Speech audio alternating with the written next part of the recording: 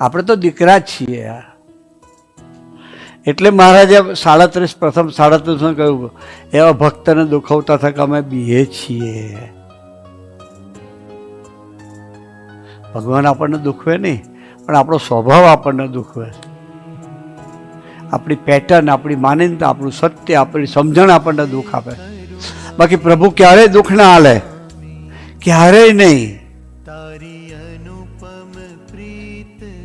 સુખી કરવા માટે ધરતી પર આવ્યા, આપણા ભેગા રહ્યા. જો કેવા નસીબદાર છીએ આપણે આ બ્રહ્માંડમાં, આપણા જેવા કોઈ ભાગ્યશાળી. યોગી બાપા આ વાત બહુ કરતા. સાથી એ સંબંધયોગની વાત છે, એટલે આ સંબંધ જ ના થાય. આપણને કેવો સંબંધ છે. આપણે માઇક આગલા, કોલર ઊંચા નહીં કરવાના, એનો અર્થ એવું નથી. ઝૂકવાનું વધારે સરળ થવાનું.